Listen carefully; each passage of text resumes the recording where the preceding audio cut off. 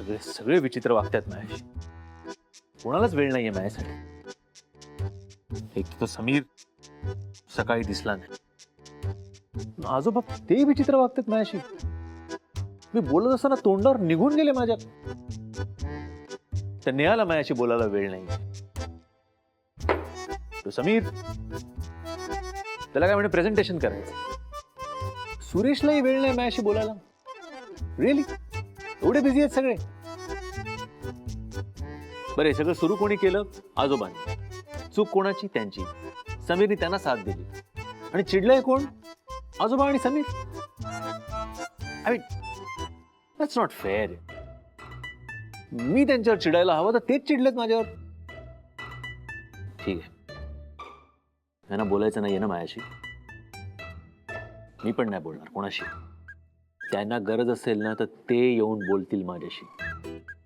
ते येऊन माफी मागतील तेव्हा बोलेन मी. चल.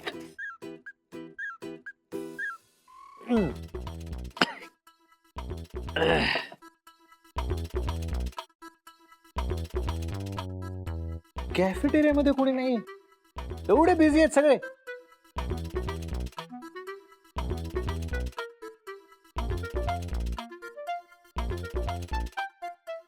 हाय यश, काय एवढं चिडतोयस का?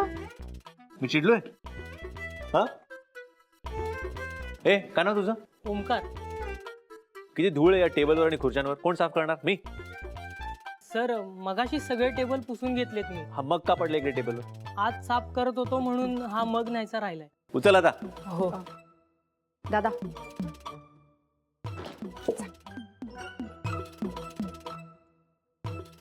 काय झालंय? काय इतकी चिडचिड करतोस? चिडचिड मी करतो कुठे? आणि तू का विचारते? तुला खूप काम आहे. तू जा, तुझं काम कर. Do your work. Just ignore. Ignore? In fact मी तुझ्याशी बोलायला आले ना. काय झालं? मगाशी मी जे बोलायचा प्रयत्न करत होतो, तुला सांगायचा प्रयत्न करत होतो, तुझ्याकडे वेळही नव्हता ऐकून घ्यायला. Oh, now you don't even remember. Yash, मगाशी घारतोंडे सरांनी खूप काम दिले. तुला माहितीये ना ते कसे. म्हणूनच तुला सांगतो, एवढं सगळं जे काम दिलंय ना घारतोंडे सरांनी, ते जाऊन कर. वेळ नको वाया घालू माझ्याशी बोलण्यामध्ये. Okay, just go do your damn work. आणि आता काय, तुला तर माझ्यासाठी वेळ नसणारच आहे. You know, you are going to be busy with your new family. तू वचन वगैरे दिलंय, सो इट्स ओके. मला आत्ताच्या आत्ता वचन दे, तू पुन्हा लग्न करशील. मी लग्न करी. आय एम सॉरी, मला तसं बोलायचं नव्हतं. नाहीच ओके. तू नेहमी असा वागत नाहीस, एवढी चिडचिड करत नाहीस. आज तुझं खरंच काहीतरी बेनसलंय आणि तू सकाळी माझ्याशी बोलायचा प्रयत्न केला, मी पण नाही बोललो. I am sorry. पण तू आत्ता जे काय वचनबद्दल बोललास ते. You don't have to explain. मी तुला म्हणालो होतो आय विल नेव्हर जज यू. सो नाही, पण यश, मला बोलायचं आहे या विषयावर तुझ्याशी.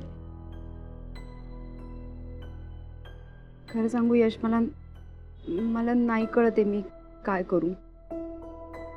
लग्नाचा तर विचार पण नाहीये माझ्या मनात. मी आणि परी खरंच खुश होते एकमेकांसोबत.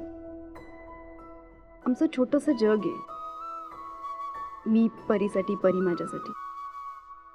मला आमच्या दोघांमध्ये कोणी तिसरं नकोय. पण काका काकू फक्त म्हणायला आमच्या शेजारी राहतात, पण मुलगी मानतात ते मला. आई वडिलांसारखे ते माझ्यासाठी. आणि जर त्यांच्या पॉइंट ऑफ व्ह्यूने विचार केला तर मला नाही वाटत ते चुकतायत.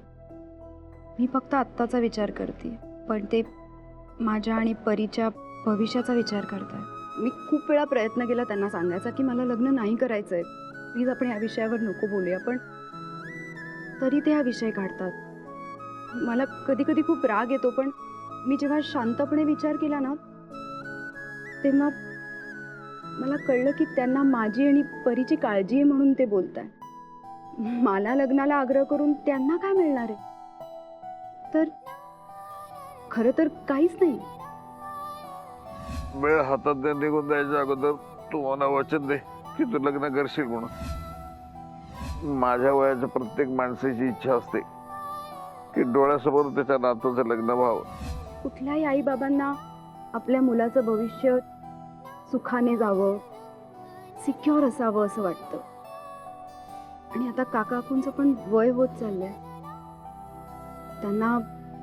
त्यांना असं वाटतं की त्यांच्या नंतर माझं काही अडू नये. मला माझ्या आयुष्यात माझ्या हक्काचा माणूस असावा असं वाटतं त्यांना. आणि मी जर विचार केला तर आई म्हणून मला पण असंच वाटणार ना की माझ्या परीचं आयुष्य सुखाने जावं. ते पण मला मुलगीच मानतात ना. मग त्यांचं काही चुकत नाही, ते त्यांच्या जागी बरोबर आहे. काल ज्या पोटतिडकीनी काकू मला सांगत होत्या, मला खरंच सुचलं नाही त्या क्षणी. मी त्यांचं म्हणणं टाळू शकले नाही आणि म्हणून मी त्यांना वचन दिलं. पण यश, मी खरं सांगते, मी अजून काही डिसिजन घेतलेला नाहीये. मी परीच्या इच्छेविरुद्ध काहीच करणार नाही.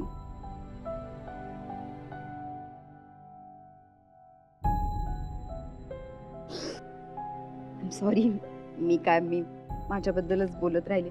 तुला काहीतरी प्रॉब्लेम आहे, तुला काहीतरी सांगायचंय, तू बोल. काय सांगायचं होतं तुला?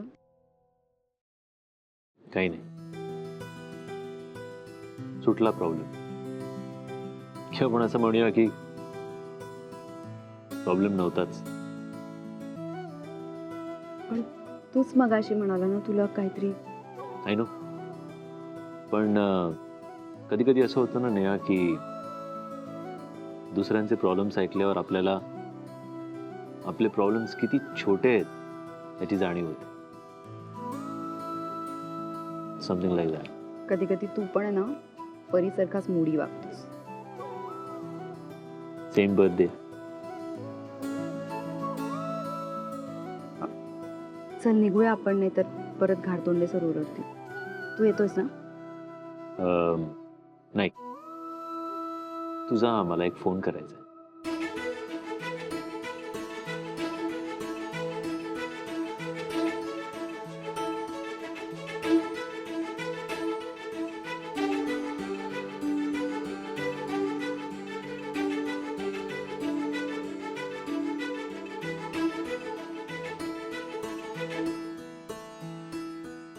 हॅलो. आजोबा, हा बोल. I am sorry.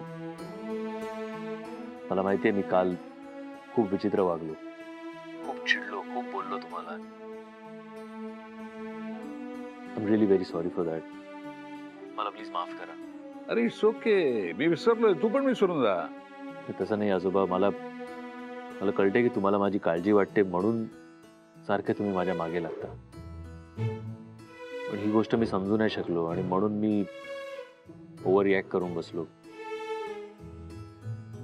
मला खरंच खूप वाईट वाटतं आजोबा. I am really very very sorry. अरे किती वेळा सॉरी म्हणशील? आणि सॉरी म्हणायचं असेल ना तुझ्या बिन लग्नाच्या बायकोला म्हण. त्यात समीरची काहीही चूक नाहीये. खरं तर माझं चुकलंय. माझ्या लाडक्या नात्याला खूप त्रास दिलाय. तू एक काम कर, तू घरी ये, तुझ्या आवडीचा केक बनवतो. Okay okay bye.